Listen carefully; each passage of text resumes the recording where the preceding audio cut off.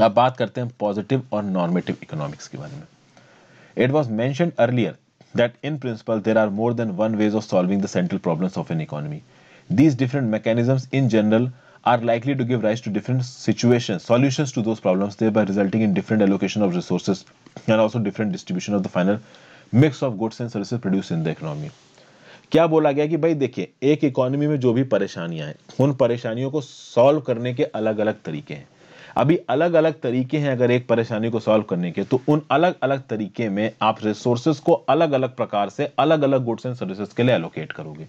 तो मतलब कि किसी एक पर्टिकुलर सॉल्यूशन में हो सकता है हेल्थ पे आप ज्यादा एक्सपेंडिचर करो और बाकी सर्विसेज पे ना करो, किसी एक में आप मिलिट्री पे ज्यादा खर्चा कर सकते हो, बाकी चीजों को इग्नोर कर सकते हो। तो बहुत सारे अल्टरनेटिव मैकेनिज्म निकल के आते हैं।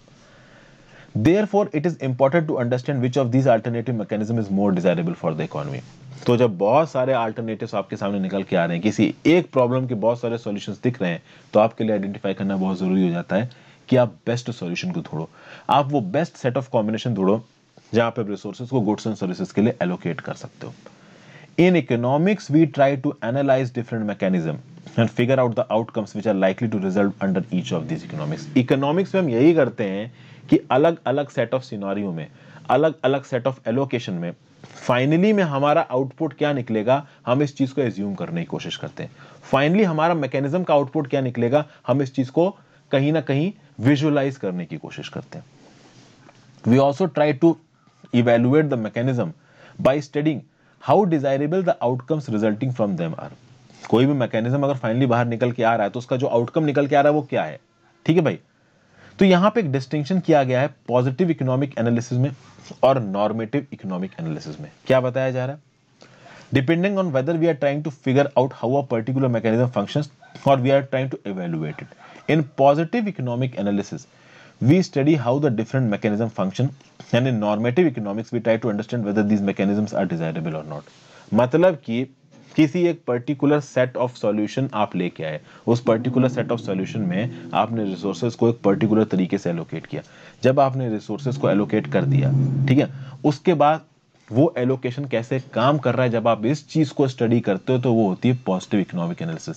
क्योंकि जो चीज आपने एलोकेट कर दी, जो चीज आपने इंप्लीमेंट कर दी, इंप्लीमेंट होने के बाद आप कैसे काम कर रहे हो, देख रहे हो सही काम कर रही है कि नहीं सही काम कर रही है, ये एक पॉजिटिव अप्रोच हो गई, इसलिए बोला गया पॉजिटिव इकोनॉमिक एनालिसिस।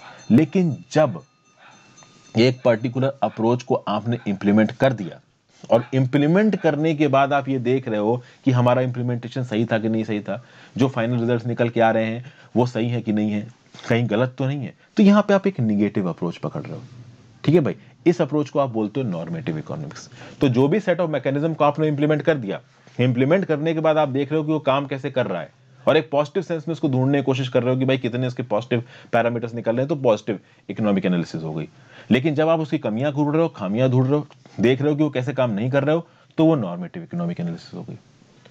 ठीक है भाई, तो ये पॉजिटिव और normative economic analysis central economic problems को बहुत क्लोजली एनालाइज करके प्रॉब्लम्स के सॉल्यूशन को ढूंढने की कोशिश करते हैं।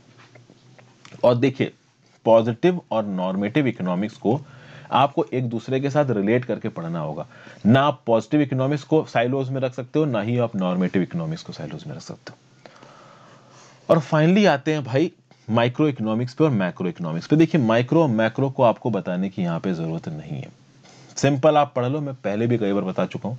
इन micro economics we study the behaviour of individual economic agents of different goods and services. कि भाई इंडिविजुअल इकोनॉमिक एजेंट्स को आप यहाँ पे पढ़ रहे हो गुड्स और सर्विसेज में, आप ये देखना चाह रहे हो कि कैसे प्राइस और क्वांटिटीज ऑफ गुड्स और सर्विसेज इंटरेक्शन ऑफ इंडिविजुअल्स की वजह से चेंज हो रहे हैं। वहीं पे मैक्रो इकोनॉमिक्स पे आप इकोनॉमी एज अ होल को पढ़ते हो, तो इन्फ्लेशन, अनएम्प्लॉयमेंट जैसी चीजों को ओवरऑल लेवल पे डिसाइड करने की कोशिश करते हो। तो भाई माइक्रो छोटे लेवल पे, मैक्रो बड़े लेवल पे। अभी ये मैं बार बार आपको क्या बताऊं, कई बार पहले बात कर चुका हूं। पूरी माइक्रो मैक्रो इकोनॉमिक्स की किताब कवर करेंगे, ऑटोमेटिकली समझ में आ जाएगा।